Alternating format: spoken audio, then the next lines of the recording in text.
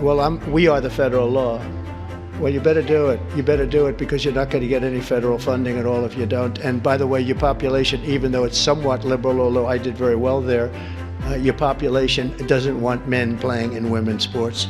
So you better comply because otherwise you're not getting any federal funding.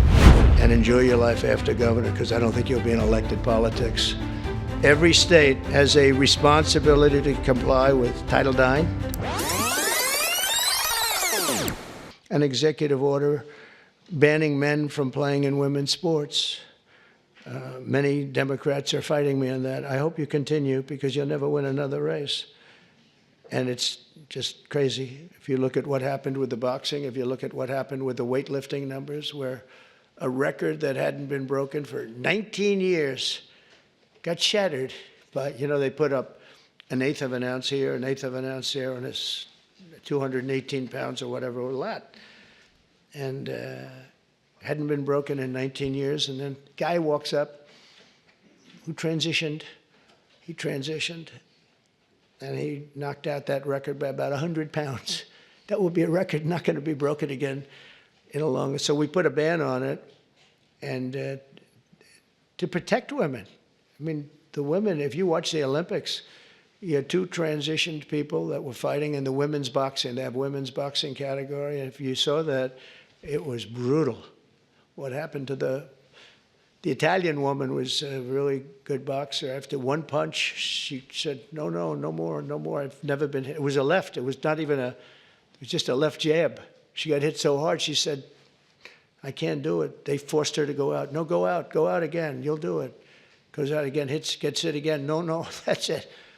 She didn't want to die, and it's crazy, but the NCAA has complied immediately, by the way. That's good. But I understand Maine.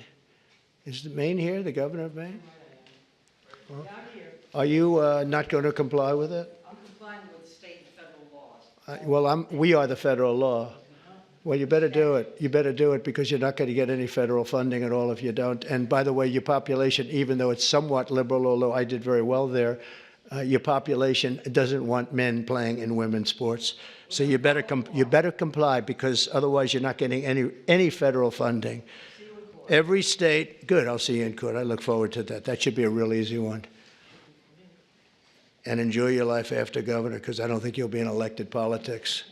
Every state has a responsibility to comply with Title IX. They have an obligation, a legal obligation, and we'll be enforcing aggressively, and we're going to be protecting our citizens. We're going to protect.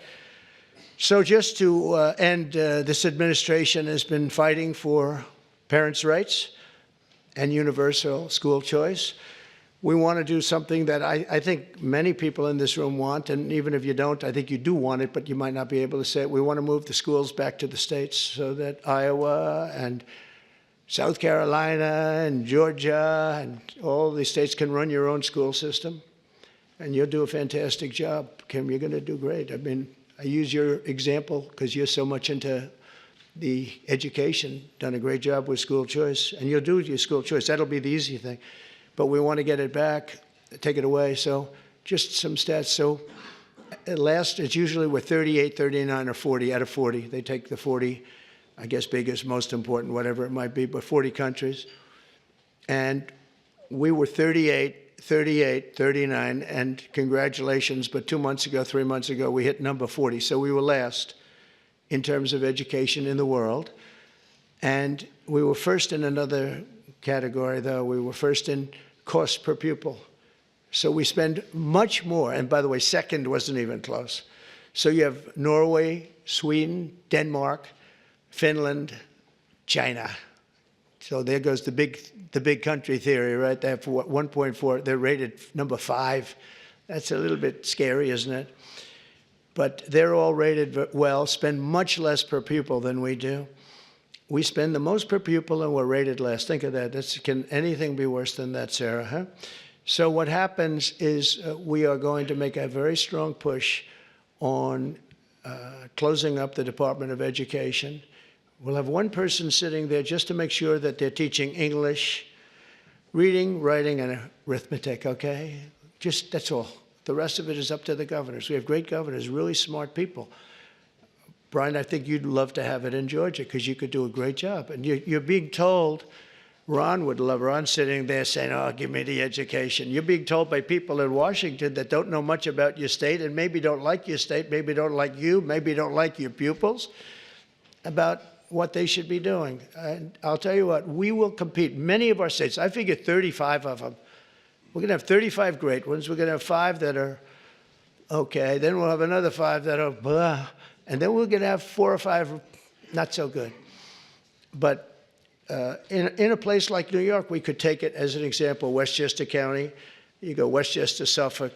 You go out on Long Island, you do upstate New York. You know, you break it up into quadrants, Manhattan. But I think you could do a great job. I think the states will do a fantastic job. And we send the money directly to the states. And we're not looking even for the cuts, but you'll spend a lot less money. You're going to spend a lot less money. You know, as somebody that spent a lot of time in Washington over the last number of years, it seems like every building is a Department of Education. But I'm saying, what do these people do? What do they do? But if we could send education back, and Linda, as you know, is going through the process right now, and I think she's doing really well. She's great, Linda McMahon. And I said, Linda, you're trying. I really want you to do a great job, but you're really only doing a great job if you have no job by the time we finish. You have to create no job for yourself because we want this to go back to the states, and she agrees. And if we can do that, I think it's going to be one of the most important things we can do. So the governors, the people in this room, Democrat, Republican, will run their own school system, and we'll back them 100%, and we'll pay like we do now. But I think we'll end up having to pay probably half. But that's not the reason I'm doing it. I'm doing it because we give really bad education. And as far as the teachers union, I love teachers. And I imagine unions might form in some of these places. And if they do, that's fine. You'll deal with it. So this isn't against unions. It's because I won unions. I won the Teamsters. When you win the Teamsters, that's serious.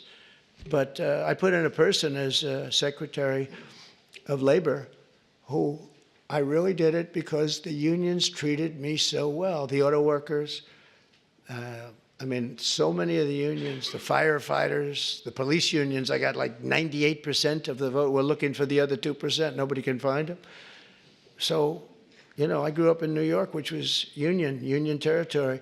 But we want to be able to have great education. If we don't have education in this country is going to go down. When you hear China is rated number 4 and 5 every year, and, you know, they're a serious competitor. So I want to thank you all. And I do want to say again, call me at any time. I will take your call. Stay ahead with our cutting-edge news app. Instantly access the latest shorts in just 1 minute and breaking news in just 50 words. Download now for a smarter, faster news experience.